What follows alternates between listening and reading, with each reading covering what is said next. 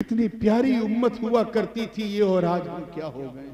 मुसलमान इसलिए हैं क्योंकि हम मुसलमानों की तरह दिखते हैं, उनकी तरह टोपी पहनते हैं, और अब तो खैर पहनते कम पहनाते ज्यादा, सैकड़ों को पहना देते हैं दिन भर। हम इसलिए मुसलमान हैं क्योंकि हमारे अब्बा मुसलमान, हमारे दादा मुसलमान थे, हम मुसलमान के घर में पैदा हुए इसलिए हम मुसलमान हैं, और हमारे अंदर कोई खूबी नहीं। हम इसलिए मुसलमान हैं क्योंकि हमारी मुसलमानी हुई है, खतना हुआ है, इससे बड़ी हमारे पास और कोई पहचान ही नहीं बची।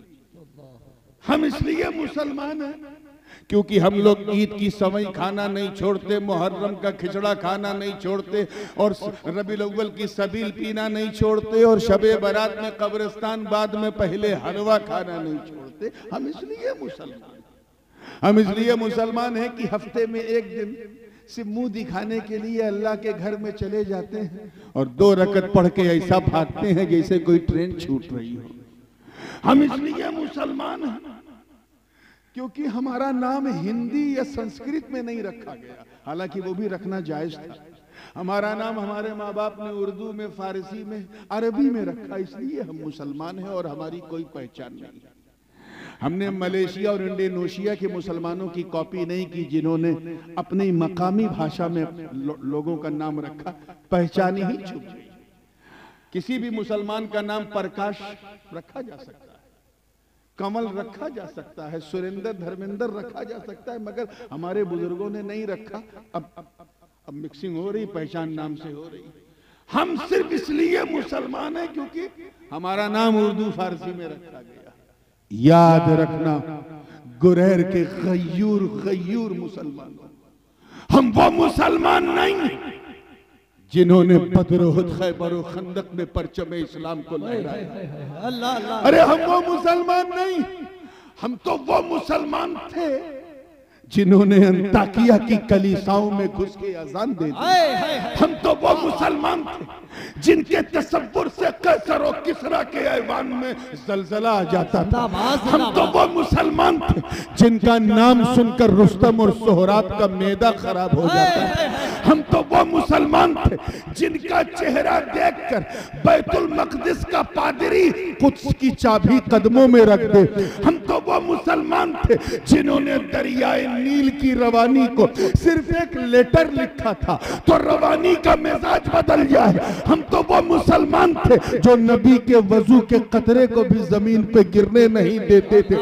हम तो वो मुसलमान थे जिन्होंने एक इशारा पाकर मक्के से मदीने की तरफ हिजरत कर ली। अरे हम तो वो मुसलमान थे जिन्होंने बदरो हुनैन में, तवज्जो रहे, बदरो हुनैन में रिश्तेदारों के मुकाबले तलवार उठाया और ऐलान कर दिया कि हम रिश्तेदारी नहीं मुस्तफा की वफादारी देते हैं।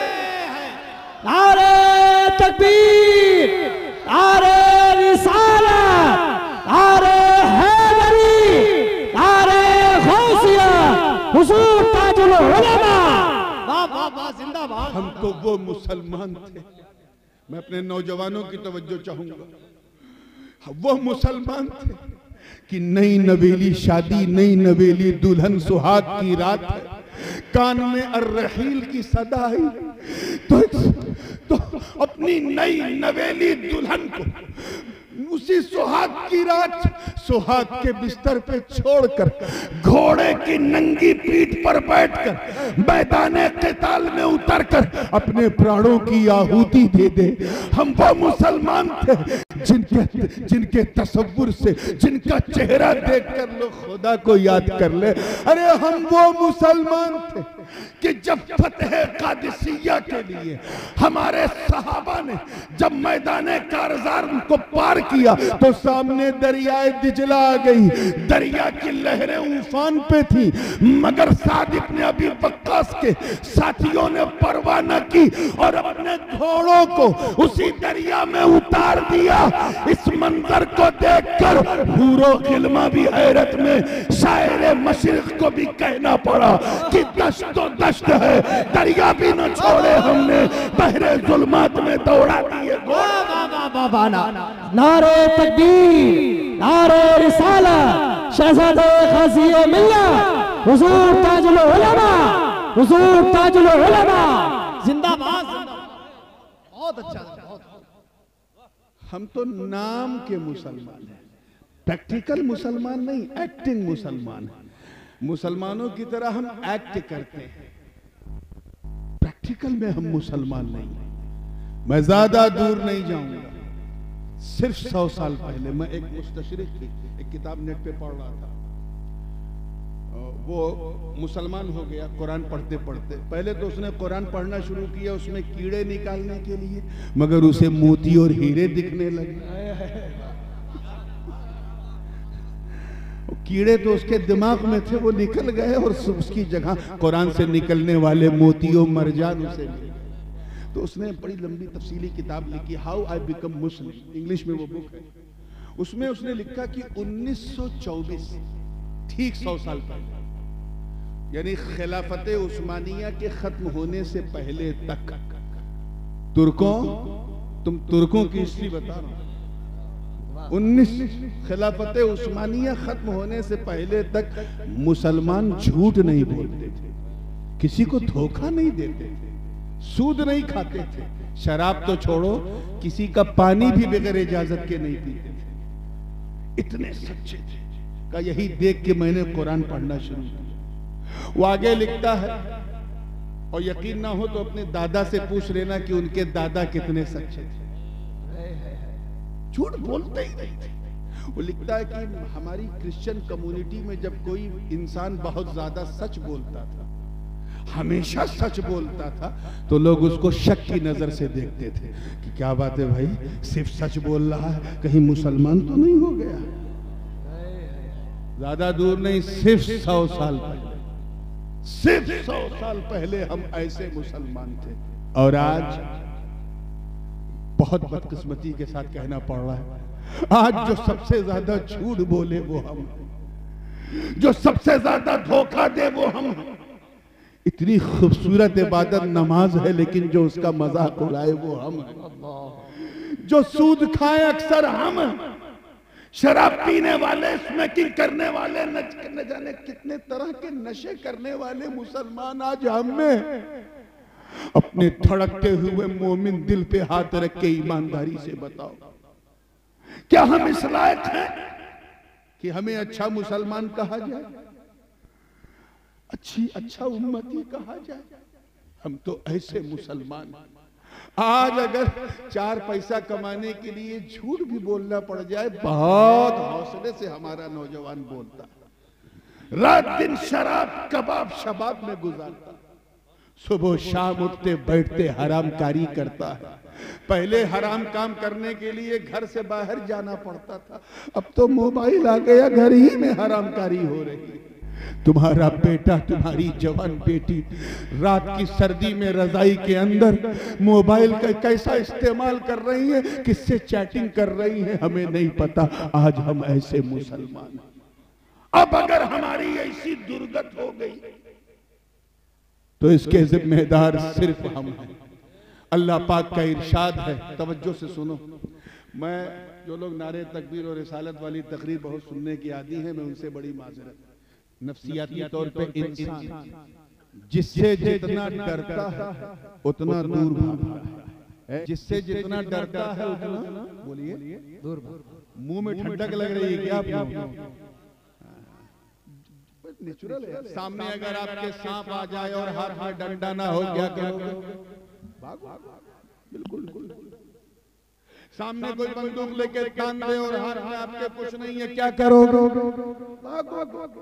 ये ह्यूमन साइकोलॉजी है, मनोवैज्ञानिक रूप से इंसान जिससे जितना डरता उतना दूर भागता है। अगले जुमले पे खास तवज्जो चाहूंगा, बंदा जिससे जितना डरता उतना दूर भागता, मगर सिर्फ अल्लाह का डर मेरे दोस्तों इतना कीमती, इतना अनमोल होता कि बंदा जितना अल्लाह से डरता जाता है उतना अल्लाह का करीब होता है।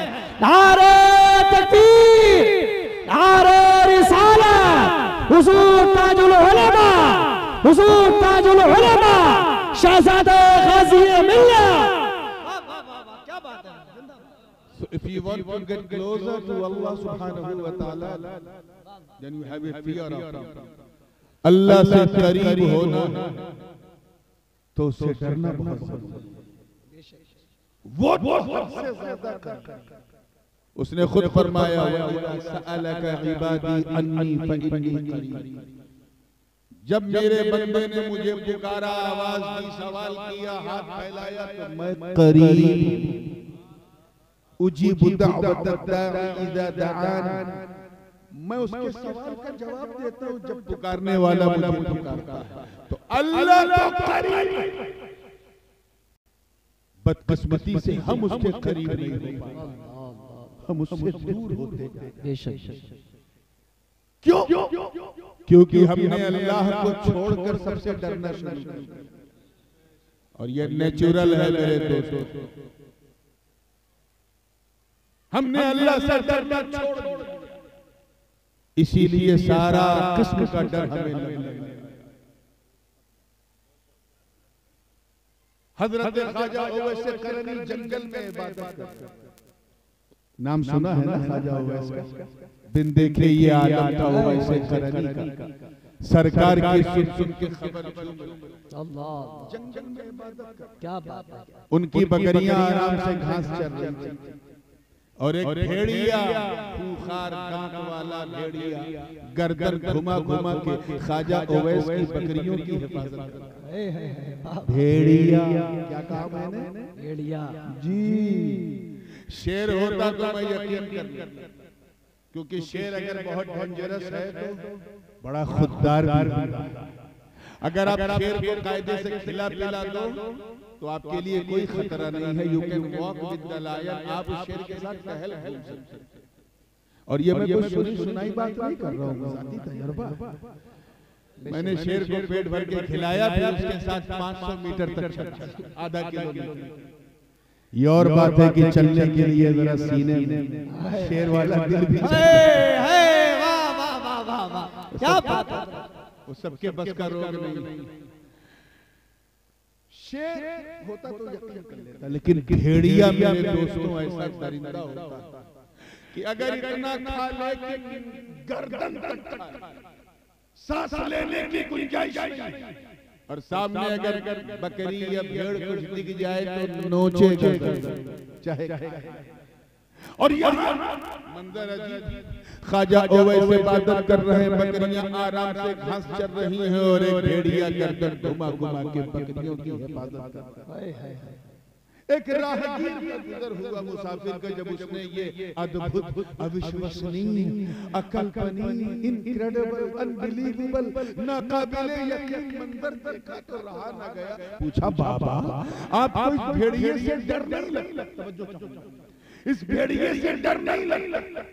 तो ख्वाजा ओवैस ने मुस्कुरा के कहा, तू मेरी बात कर रहा है, मेरी बकरियों को भी इससे डर नहीं। वाह वाह वाह वाह वाह। सुन, पहले मैं इस भेड़िए से डरता, अब ये भेड़िया मुझसे डरता। अल्लाह के लिए समझ में आया। सुन, जब तक मैं अल्लाह से नहीं डरता, इस भेड़िए से डरता था, जब से मैं अल्लाह से डरने लगा ये भेड़िया मुझसे डरता। नारे तकबीर, नारे रिसालत, हुजूर ताजुल उलमा शहजादे गाजी मिल्लत। इसलिए हज्जाज बिन यूसुफ का तो नाम सुना होगा, कितने लोगों ने सुना है? जरा हाथ उठाए, जिन्होंने सुना से वही उठाए। है 10-15 लोग हैं। हज्जाज बिन यूसुफ गिरा, बड़ा क्रूर शासक था, बसरा का गवर्नर था, हाकिम था, बल्कि यूं कहा जाए बसरा का बादशाह था। बनी उमैया के जमाने में सबसे क्रूर शासक ये था। इतना जालिम था कि यजीद भी इसके जुल्म को देख के शर्मा जाए। सहाबा और ताबईन के खून से अपने हाथों को रंगने वाला हज्जाज बिन यूसुफ ऐसा जालिम था कि जिस गुरु ने उसे आशीर्वाद दिया था, उसी गुरु को कुर्सी से उतार के उसकी कुर्सी पर बैठ गए। हज्जाज बिन यूसुफ ऐसा जालिम कि गुरुजी के जमाने में जो सिक्का चलता था ना, उसको डिमोनिटाइज करके नोटबंदी करके अपने नाम का सिक्का चलाने लगा। ऐसा जालिम था। उलमा मशाइख जो जुमा में वहां तकरीर करते थे उनको मजबूर कर दिया था कि खुतबे में मेरा खुतबा पढ़ो, और अगर कोई मुफ्ती या मौलाना या इमाम नहीं पढ़ता था तो उसकी दाढ़ी खिंचवा लेता था। पूरी मिशनरी को अपने कंट्रोल में कर लिया। कोई उसके खिलाफ बगावत का अलम उठाता था तो हुकूमत की एजेंसीज उसके खिलाफ लगा देता था। मैं हज्जाज बिन यूसुफ की बात कर रहा हूं, आपको दिमाग अपना इधर उधर ले जाने की जरूरत नहीं, और जा रहा है तो जाने दो, रोकता कौन। इतना बड़ा जालिम था, इतना बड़ा जालिम था हज्जाज बिन यूसुफ। बस एक नेक काम उसने किया था, बहुत बड़ा काम। ऐसा नहीं कि जालिम कोई अच्छा काम नहीं करते एक बहुत अच्छा काम किया, और अगर अल्लाह उस काम की वजह से उसे बख्श दे तो अल्लाह का फजल है, और ना बख्शे तो उसका आदल है। और वो नेक काम ये था कि उसने India, Pakistan, Bangladesh, Sri Lanka, southern India और मिडिल ईस्ट के कुछ अजमी मुल्क, और उधर मावराउन नहर में जो तुर्कों के मुल्क हैं, उज्बेकिस्तान, कजाकिस्तान, तुर्कमानिस्तान, यहाँ के मुसलमानों के लिए इसने कुरान पाक में एराब, नुक्ते, जबर, जेर लगा दिए थे।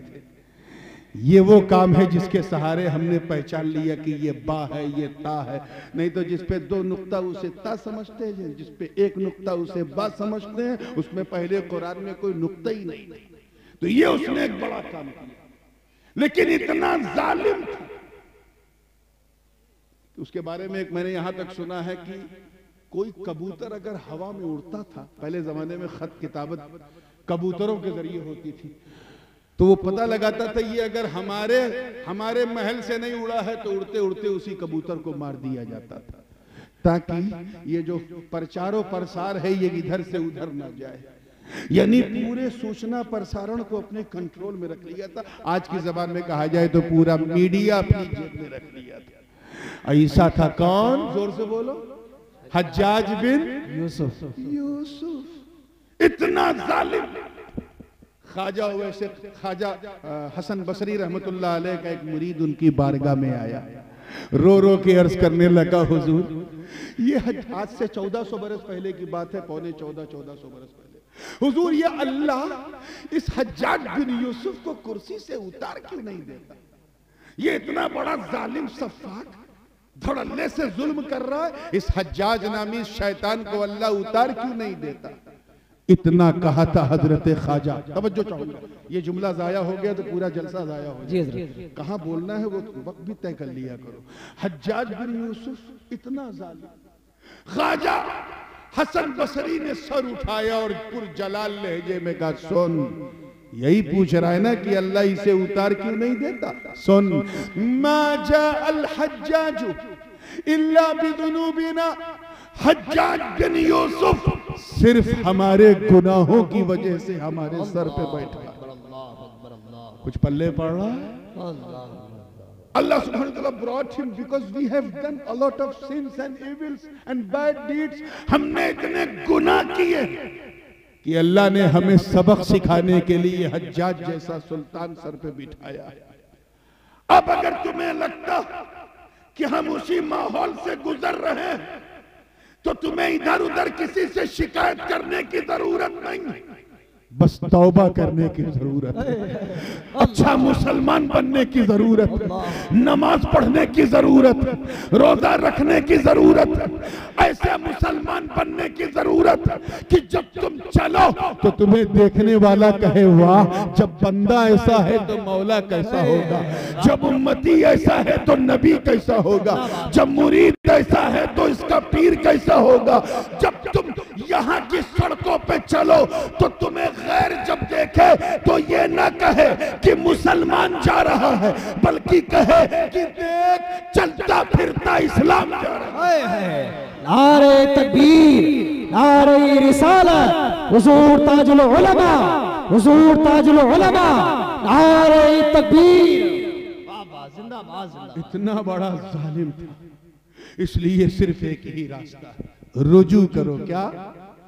अल्लाह की बारगाह में रुजू करो, अपने नफ्स का मुहासबा करो, अपने नफ्स अम्मारा को पाक करके नफ्से लव्वामा, उसे और तरक्की दे के नफ्से मुल्हिमा, उसे और तरक्की दे के नफ्से मुतमइन्ना, उसे और तरक्की दे के नफ्से राजिया, उसे और तरक्की दे के नफ्से मर्जिया बना लो।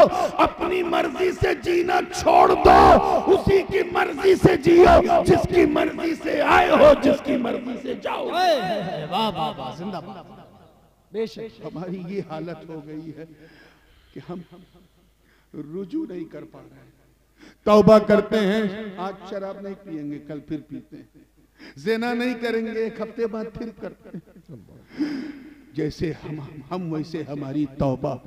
मुसलमानों, मैं हाथ जोड़ के तुमसे कहता हूं कि अपने किरदारो अमल को नबवी सीरत का आईनादार बना लो, मुस्तफा के उस्वे हसना को अपना लो, और कभी मौका मिले तो 24 घंटे में कोई एक टाइम ऐसा निकालो कि तुम रहो और तुम्हारा खुदा, तीसरा कोई ना हो, और अपने गुनाहों को याद कर करके आंसू बहाओ।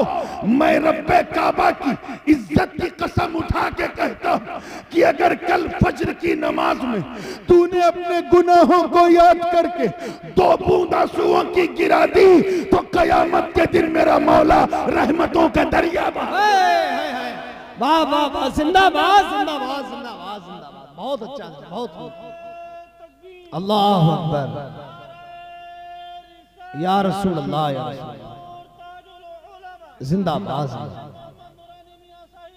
जिंदाबाद जिंदाबाद, अल्लाह अकबर। मैं किसी बूढ़े या किसी शेख की मिसाल नहीं देना चाहता, क्योंकि हमारे मुआशरे में, बल्कि हमारी मस्जिदों में उसी को मुअज्जिन बनाया जाता है जो कम से कम 70 साल का हो। हज को चला है बुढ़ा, लवरेज हो चुका है, लिए मौत का पैमाना, ला हौल वला कुव्वत। जबकि हुजूर अलैहिस्सलाम फरमाते हैं कि मैंने अजान के सवाब को, अजान देने के सवाब को उम्मत से छुपाए रखा। इतना सवाब है कि अगर बता दूं तो उम्मत एक दूसरे से सबकत करने के लिए झगड़ा करेगी, क़िताल करेगी कि मैं अजान दूंगा। इसलिए मैं किसी बूढ़े की मिसाल नहीं दूंगा, वो तो झक मार के मस्जिद में जाता है।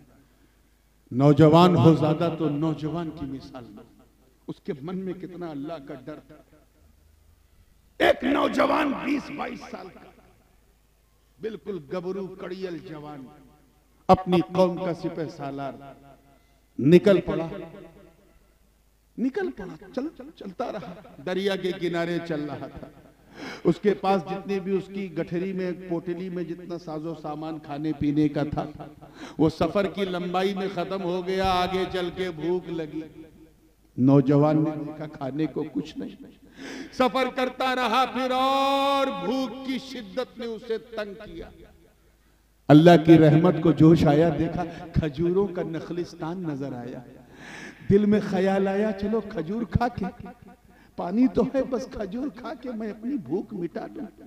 जैसे ही खजूर के दरख्त के करीब पहुंचा, रुक गया।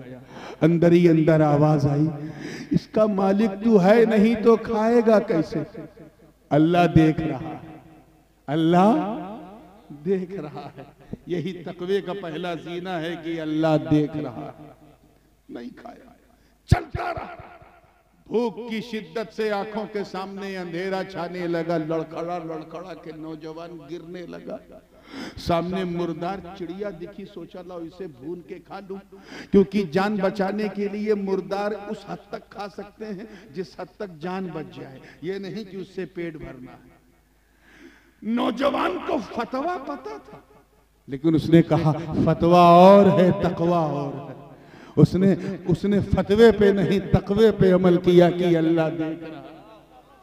नौजवान चलता रहा, आंखों के सामने शिद्दत से अंधेरा, भूख ने उसे तड़पा रखा। रहमत खुदा को जोश आ गया। देखता क्या है कि जिस दरिया के उसी दरिया के किनारे एक लाल लाल सुर्ख सुर्ख सेब नजर आया। सेब इतना लाल था कि देखते ही नौजवान के चेहरे पे इतनी लाली आ गई जितनी उस सेब में नहीं थी। उठाया, न देखा आओ, न देखा ताओ, सेब खा लिया। वाकया सब सुनते आए, मैं नतीजे पे आना चाह रहा हूं। खा लिया। सेब खाया तो राहत मिली, राहत मिली तो ताकत मिली, तो ताकत करंट बनकर दिमाग तक पहुंची। जब करंट बनकर दिमाग तक पहुंची तो दिमाग की बत्ती जली। जब दिमाग की बत्ती जली तो नौजवान हैरत में, या अल्लाह ये मैंने क्या किया, ये किसका सेब मैंने खा लिया। हालांकि बहता सेब लुक्ता लकीत के जुमरे में है, माले गनीमत खा लिया, क्या बुरा किया, जैसे हम बहती मछली खा लेते हैं। लेकिन ये फतवा तकवा नहीं, उसका तकवा तो ये है कि मैंने किसका सेब खा लिया, इसका मालिक कौन था।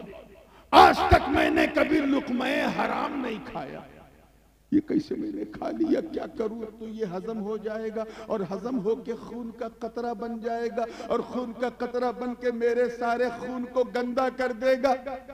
जरा उस नौजवान के तकवे को देखो। गुरेर वालों, मुरादाबाद, संभल वालों, दिल्ली जाते हो, KFC में चिकन खाते हो ना, मैकडोनाल्ड में पिज्जा बर्गर खाते हो, क्या सोचते हो कोई देख नहीं रहा है? अल्लाह देख रहा है। वो सेब खाकर लड़का नौजवान बेचैन है, क्या करूं, रोने लगा। ए अल्लाह, इसके मालिक से मुझे मिला दे, ताकि सेब हजम होने से पहले मैं इसका कोई इस मसले को हल कर सकूं, अपना खून पाक कर सकूं। फिर दिल में ख्याल आया कि हो ना हो, जिस रुख से ये सेब बहता हुआ आया है, चलो उधर चलते हैं, शायद कोई सुराग मिल जाए। वो नौजवान चलता रहा, मीलों का सफर तय करते करते करते करते देखता क्या है कि एक पेड़, एक दरख्त सेब का, उसकी एक टहनी जो है वो सतह आब से बिल्कुल टच है पानी से, उसमें 4-5 लाल लाल सेब लटके हैं। नौजवान के मन में फौरन ख्याल आया, हो ना हो ये जो सेब मैंने खाया है ये इसी टहनी से टूटा होगा। चलो अंदर चलते हैं, शायद बागबां इसका माली मिल जाए, इससे पहले कि सेब हजम हो के खून बन जाए, उसका पांव पकड़ के माफी मांग लूंगा। नौजवान अंदर आया, जोर से बोला, कोई है, कोई है। देखता क्या है कि एक बाबा हाथ में डंडा लिए, ज़ईफ है, शेख फानी है, हाथ में डंडा लिए आए। कहा, हाँ बोलो, मैं हूँ। कहा, बाबा आप इस बाग के मालिक हो? कहा, मैं मालिक हूँ। कहा, बाबा मुझे माफ कर दो, मैंने बहुत बड़ा जुल्म कर लिया अपनी जान पे। कहा, क्या किया बेटा तुमने? कहा, मैंने आपकी इजाजत के बगैर आपके बाग का सेब खाया। कहा, मेरी इजाजत के बगैर मेरे बाग का सेब? अरे जब कोई आया नहीं तो तूने खाया कैसे? तो नौजवान ने पूरा किस्सा सुनाया कि मैं भूख की शिद्दत से परेशान था, न खजूर खाई न ये खाया, अंधेरा आया, गिर गया, लौट गया, फिर खड़ा हुआ, उसके बाद ये सेब नजर आया, सेब खाया, जैसे ही दिमाग की बत्ती जली ख्याल आया कि इजाजत दिए बगैर खाया। फिर सोचा अगर ये हराम का लुकमा खून का हराम कतरा बन गया तो मेरे शरीर के सारे खून को गंदा कर देगा। फिर उल्टे इसी पैर लौटा और चलते चलते मैंने ये टहनी देखी, ये दरख्त देखा, ये सेब देखे, आपको देखा। बाबा माफ कर दो।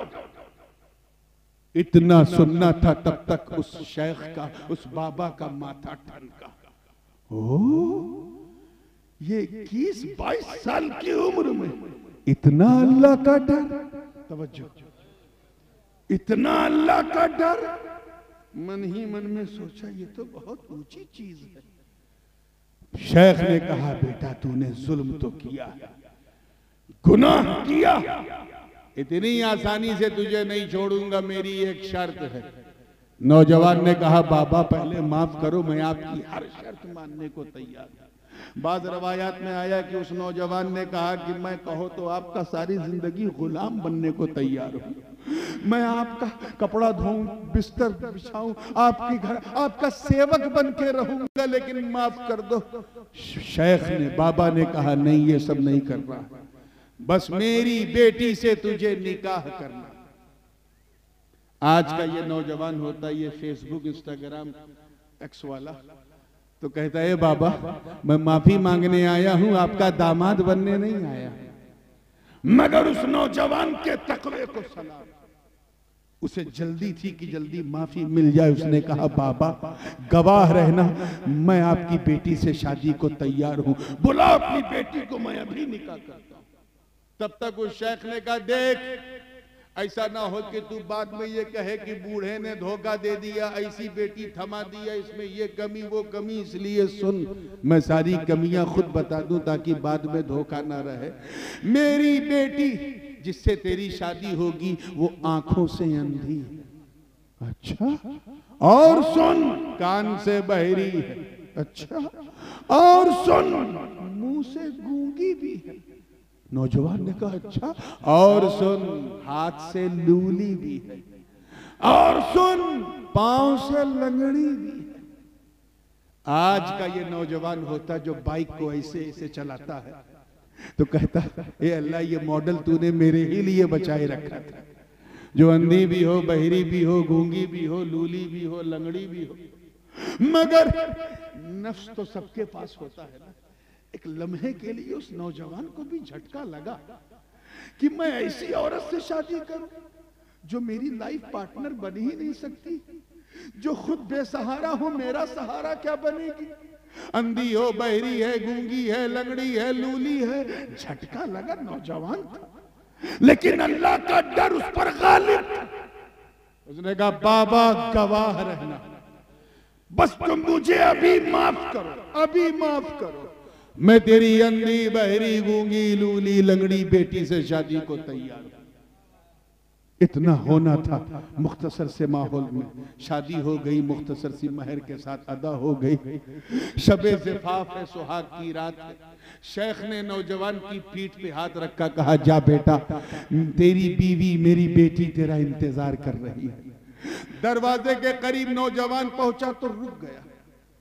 अंदर ख्याल आया कि ये तो अंधी, बहरी, गूंगी, लूली, लंगड़ी है, मगर सलाम करना तो नबी की सुन्नत है।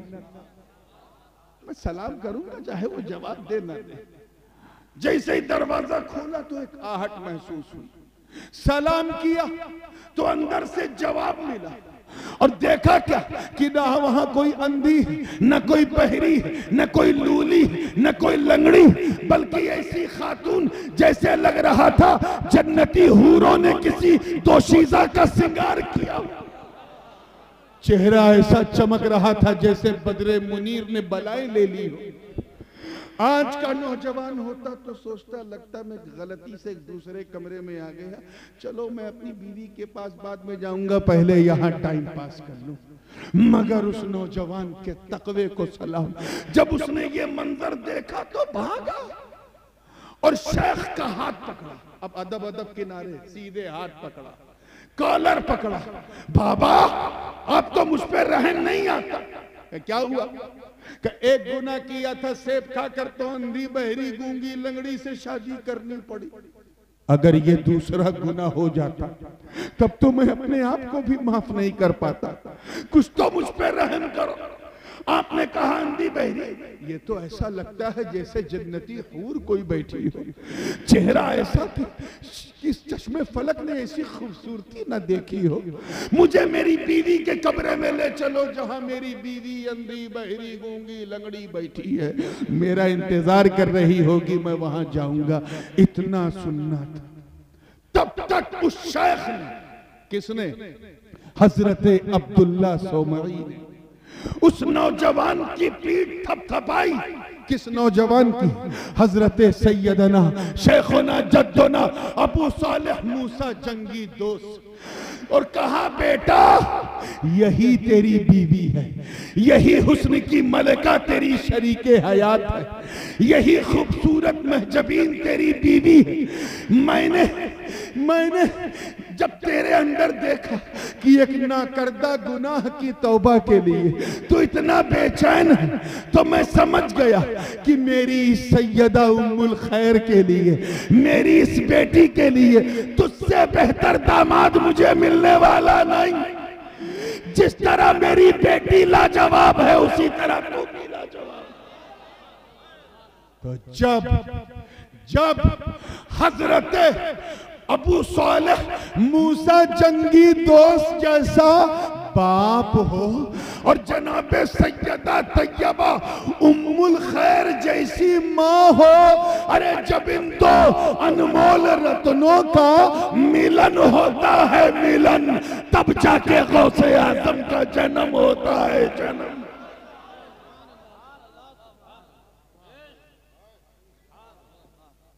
इसलिए अपनी नस्ल को संभालना तो खुद संभाल जाओ। नस्ल को अच्छी कौम के सामने देना है तो खुद अच्छे बन जाओ।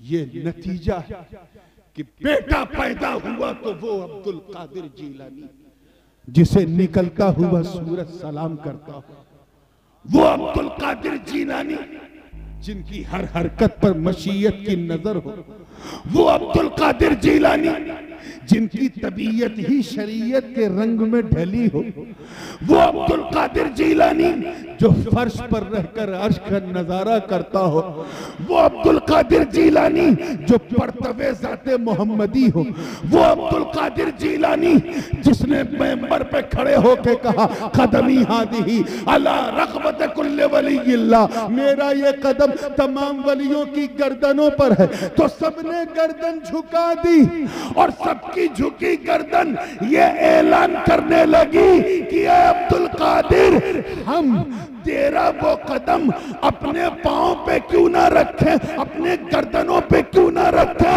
तेरी गर्दन पे मुस्तफा का कदम।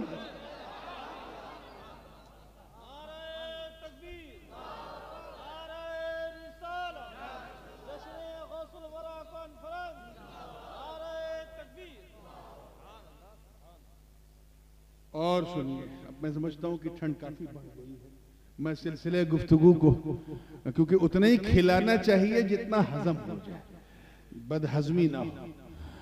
इजाजत है 2-4-5 मिनट और या इसलिए कि जो दूसरा हिस्सा है तरीकत वाला, अगर उस पर हमने कुछ नहीं कहा तो सब गड़बड़ हो जाए। वकूनू मा सादिकीन, और सच्चों के साथ हो जाओ, हो जाओ। इसकी कई एक मिसालें हैं, एक आसान मिसाल देके बात को फिनिश करूंगा।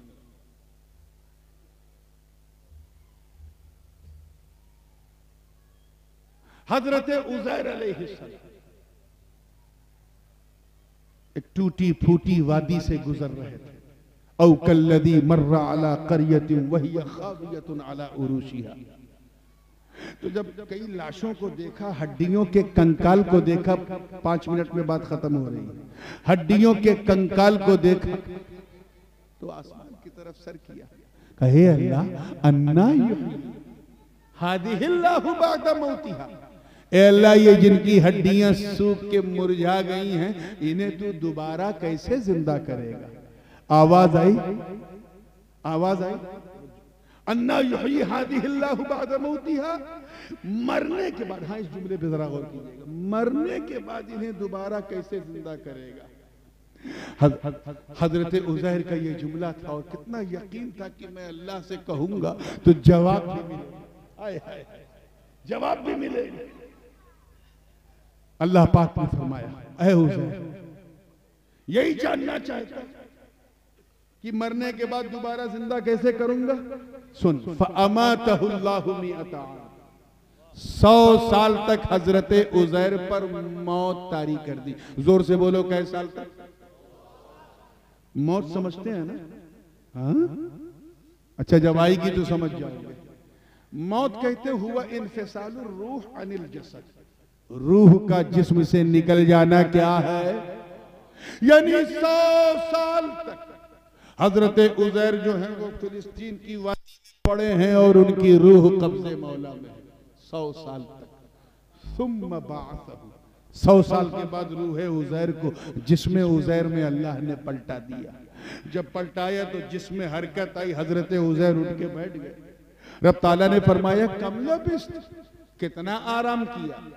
हजरत उज़ैर ने अपना बाल देखा, नाखून देखा, कपड़ा देखा, सब ठीक ठाक। अर्ज किया, या अल्लाह लबिस्तु यौमन औ बअदा यौम, एक दिन या एक दिन और। आवाज आई, नहीं, बल लबिस्त मिअत आम, बल्कि तूने 100 साल तक आराम किया। उन्जुर इला तआमिका व शराबिका लम यतसन्ना। तू क्या समझता कि सिर्फ तेरा कपड़ा, तेरा नाखून, तेरा बाल ही महफूज रहा? पीने को देख, सूंघ, लम यतसन्ना, स्पॉइल नहीं हुए, सड़े गले नहीं, खराब नहीं हुए, बास नहीं आ रही, महक नहीं आ रही। लेकिन तुझे यकीन दिलाने के लिए एक चीज रखी है मैंने, वंजुर इला हिमारिका वलिनजअलका आयतन लिन्नास वंजुर इलल इज़ामि कैफ नुनशिजुहा थुम्मा नक्सुहा लहमा। इस गधे को देख जो थोड़ा सा दूर था, काफी दूर था हजरत उज़ैर से, देख हड्डियों का ढांचा बन चुका है, कंकाल बन चुका है 100 साल में। अब मैं तेरे सामने इसका खाल बनाऊंगा, बाल बनाऊंगा, पोस्ट बनाऊंगा, गोश्त बनाऊंगा। अब तो यकीन कर ले कि जब मैं तेरे सामने मार के दोबारा जिंदा कर सकता हूं तो कयामत के दिन तो इनिल हुक्म इल्ला लिल्लाह, वहां तो सिर्फ हमारी ही हुक्मरानी होगी। इसमें जो नतीजा है वो क्या है कि खाना पीना खराब नहीं हुआ। खाना पीना जोर से बोलो खराब। रवायात में है कि उसमें गोश्त के सूखे टुकड़े थे, खराब नहीं हुए, सत्तू था, खराब नहीं हुआ, शहद था, खराब नहीं हुआ, खजूरें थी, खराब नहीं हुआ, कुछ सब्जियां थी, खराब नहीं हुई, रोटी का टुकड़ा था, खराब नहीं हुआ, पानी खराब नहीं हुआ, 100 साल तक नहीं खराब हुआ। जानते क्यों? क्योंकि वो पूरा खाना पीना एक पोटली में था। किसमें था? गठरी, पोटली क्या कहते हैं? पोटली कहते हैं ना, पूरब में गठरी कहते हैं। एक पोटली में था, तवज्जो से सुनिए, किसमें था? जोर से बोलो। और पोटली कहां थी? अल्लाह वाले के कंधे पर। कैच करो यार, सो लेना बाद में। अल्लाह वाले के, अल्लाह की शान देखो, अल्लाह ने अल्लाह वाले को बचाया। अल्लाह वाले की सोहबत और कुर्बत ने बेजान दानों और बेजान खानों को बचाया। और ये गधा सोहबत से दूर, कुर्बत से दूर था, सड़ भी गया, गल भी गया। अरे समझो यार, अब अगर तुमसे कोई कहे कि बुजुर्गों की बारगाह में ना जाओ, अल्लाह वालों के पास ना बैठो, बगदाद ना जाओ, अजमेर ना जाओ, कलियर ना जाओ, किचौचा ना जाओ, बरेली ना जाओ, अगर कोई ऐसी बकवास करे, झगड़ा मत करना, समझ जाना ये गधा है। क्या है?